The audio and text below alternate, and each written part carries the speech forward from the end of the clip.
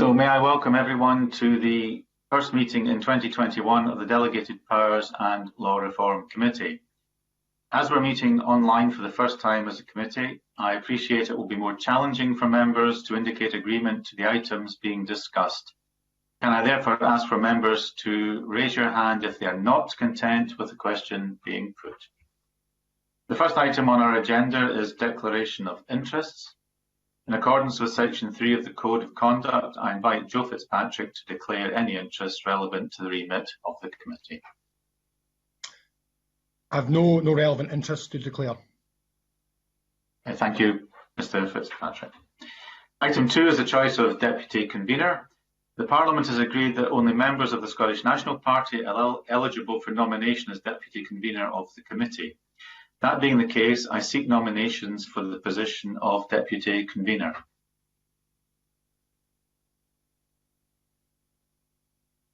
Mr. Fitzpatrick. Yeah, if I could nominate Gil Patterson, please. Thank you. Thank you. Does the committee agree to the appointment of Gil Patterson as Deputy Convener? No member has indicated that they are not content, and so we are agreed. And I also take this opportunity to thank Stuart McMillan for his dedication to and enthusiasm for this committee as both a member and as Deputy Convener since the start of the session. Even though he is no longer a member, I know Stuart will continue to be a great champion of the committee in the Parliament. The next item of business is consideration of an instrument which has been laid under the European Union Withdrawal Act 2018. The committee is considering if the appropriate scrutiny procedure and the appropriate category have been applied by the Scottish Government to SSI 2020-445, seed, plant propagating material and forest reproductive material, EU exit, Scotland amendment, etc. Regulations 2020. This instrument amends provisions contained in 4 SSIs concerning the marketing of agricultural seed, fruit and vegetative plant propagating material and forest reproductive material that were made in anticipation of the UK withdrawing from the European Union in March 2019. The instrument has been laid under the negative procedure and has been categorised by the Scottish Government as of low significance. Is the committee content that the appropriate scrutiny procedure has been applied to this instrument, and is the committee content that the instrument has been categorised properly as of low significance? No member has indicated that they are not content, and so we are agreed. Under agenda item 4, we are considering instruments subject to the made affirmative procedure. A number of issues were raised with the Scottish Government on SSI 2021-1. This is the instrument which introduced the new requirement to stay at home during the pandemic.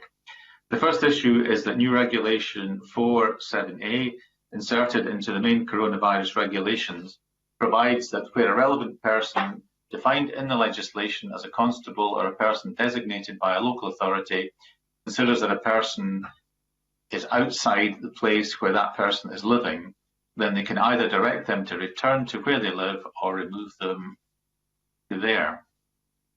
Some enforcement provisions in the main regulations are also subject to a requirement in Regulation 4.8 that the relevant person may only exercise the power if it considers that it is a necessary and proportionate means of ensuring compliance with the requirements of the regulations.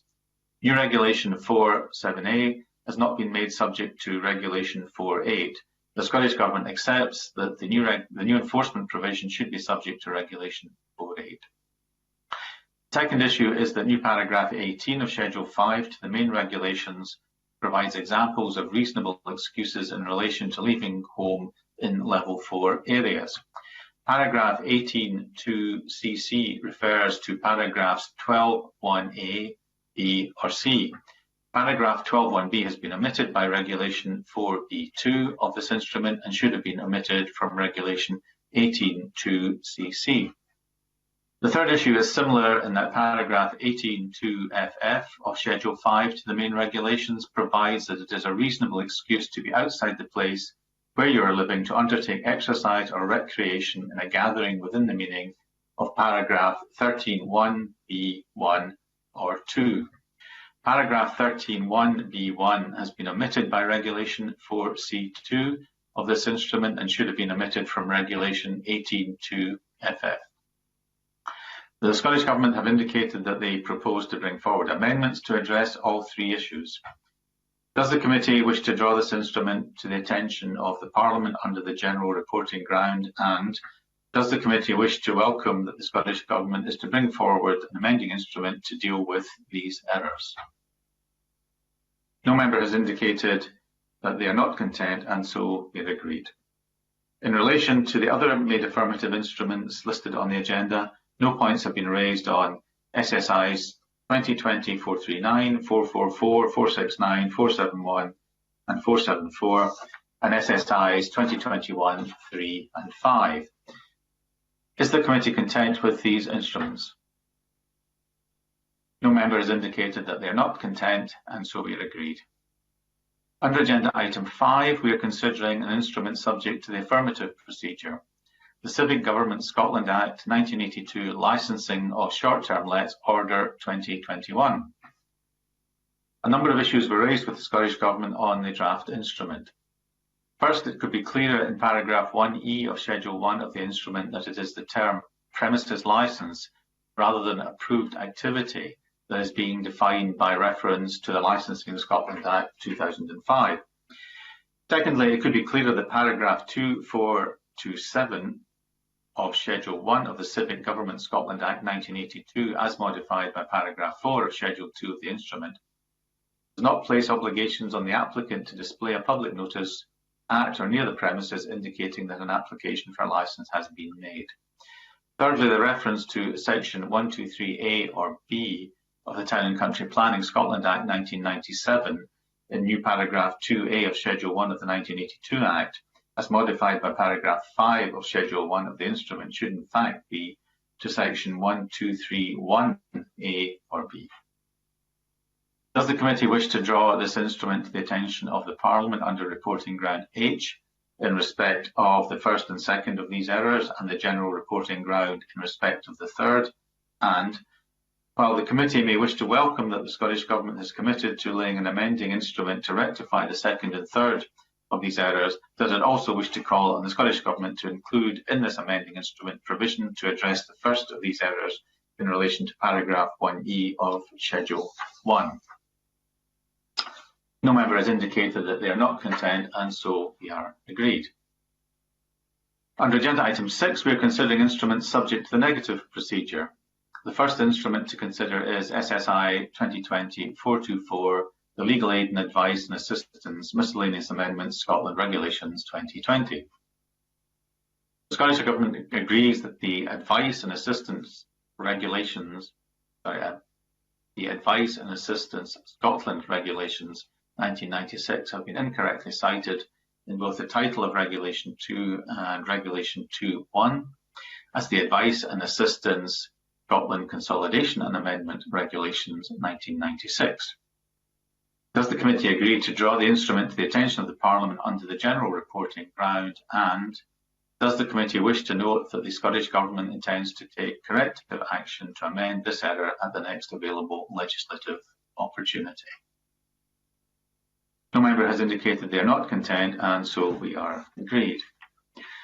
The second negative instrument to highlight is SSI 2020-445, the Seed, Plant Propagating Material and Forest Reproductive Material EU Exit Scotland Amendment, etc. Regulations 2020.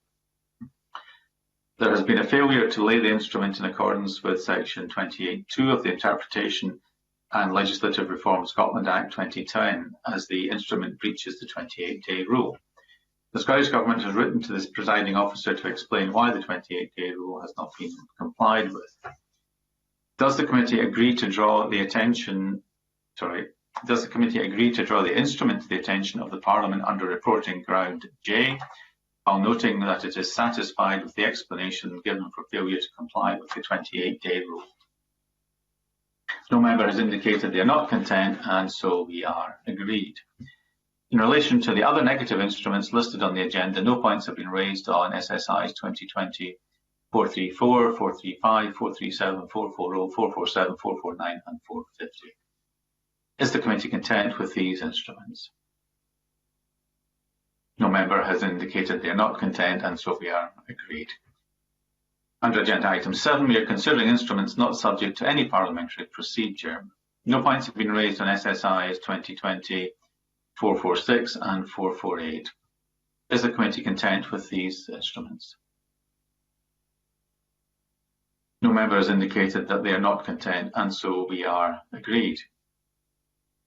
Next meeting. The next meeting of the committee will take place on Tuesday, 19th January, and I now close this meeting. Thank you.